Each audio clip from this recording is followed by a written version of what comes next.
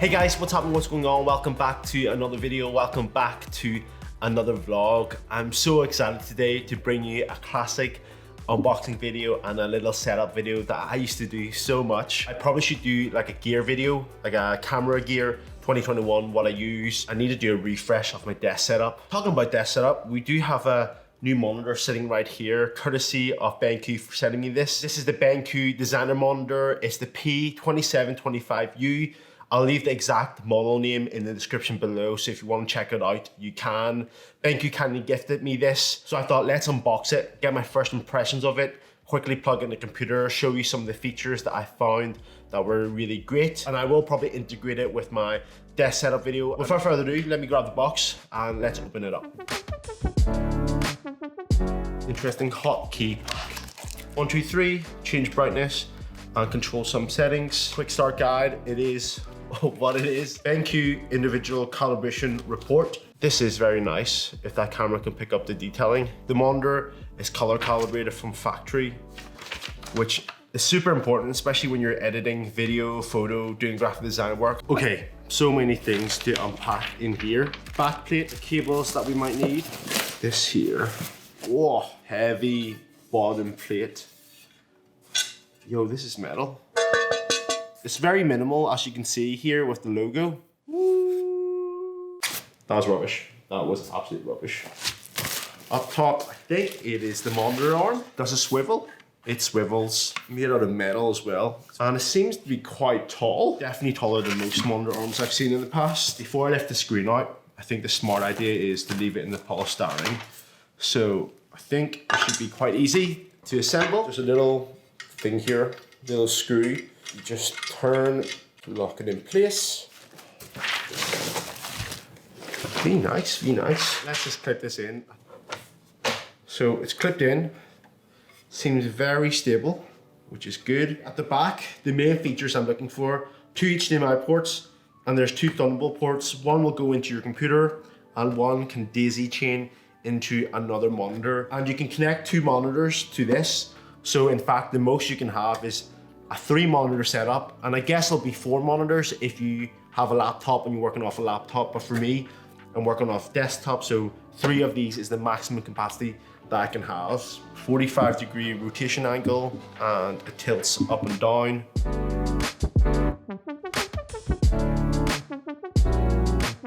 Okay, now we have everything plugged in. I'm not gonna worry too much about cable management. I will want to find somewhere for this puck to live. Maybe a little Velcro strip so it sits at the back of the screen. I think it would be quite nice to have 2 of these. However, for now, this will be fine. Let's start it up and see. Grab a mouse here. AQ color. First impressions, very matte screen. There is not a lot of glare. I'm not sure if you can see off the windows, but there is not too much glare on it, which is good. Viewing angle is very good. When I rotate it at 45 degrees in each way, I can still see the screen quite nicely. I guess you can see it there. You can still see the screen from that angle. One thing before we deep dive into some of the features of this monitor while setting it up, this cable that they supply you with, which is the Thunderbolt 3 cable, is only 2 feet long, so around 60 centimeters.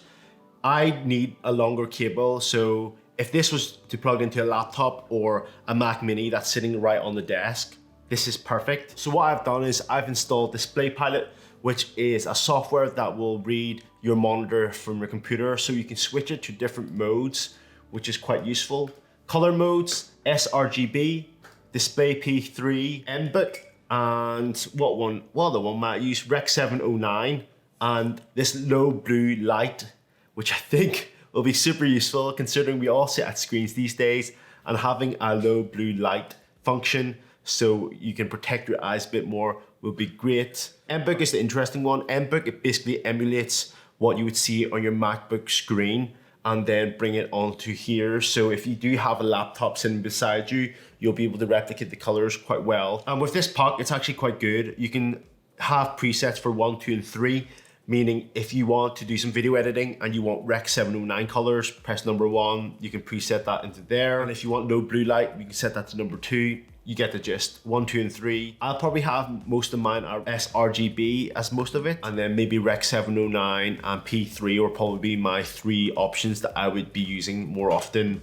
And in fact, as much as I can, low blue light is probably what I want. High dynamic range. There is a mode that you can set, which I've just unticked, but when we tick it, the color modes I was mentioning before, like sRGB, Display P3, Rec 709, all these modes aren't available anymore when your computer is on high dynamic range. But that just means you can see HDR content on your screen. Something you should bear in mind when you have this monitor. Display partition, you can split your screen off in different ways just by dragging it into screens, which is useful. For all those creatives out there, this is actually so good. So for example, if you're in Premiere Pro and you want Display P3, Rec 709, or RGB mode. So when you open them programs, your monitor will recalibrate to what you want. Because Premiere Pro, Photoshop, and After Effects, you might want different modes for them, different use cases.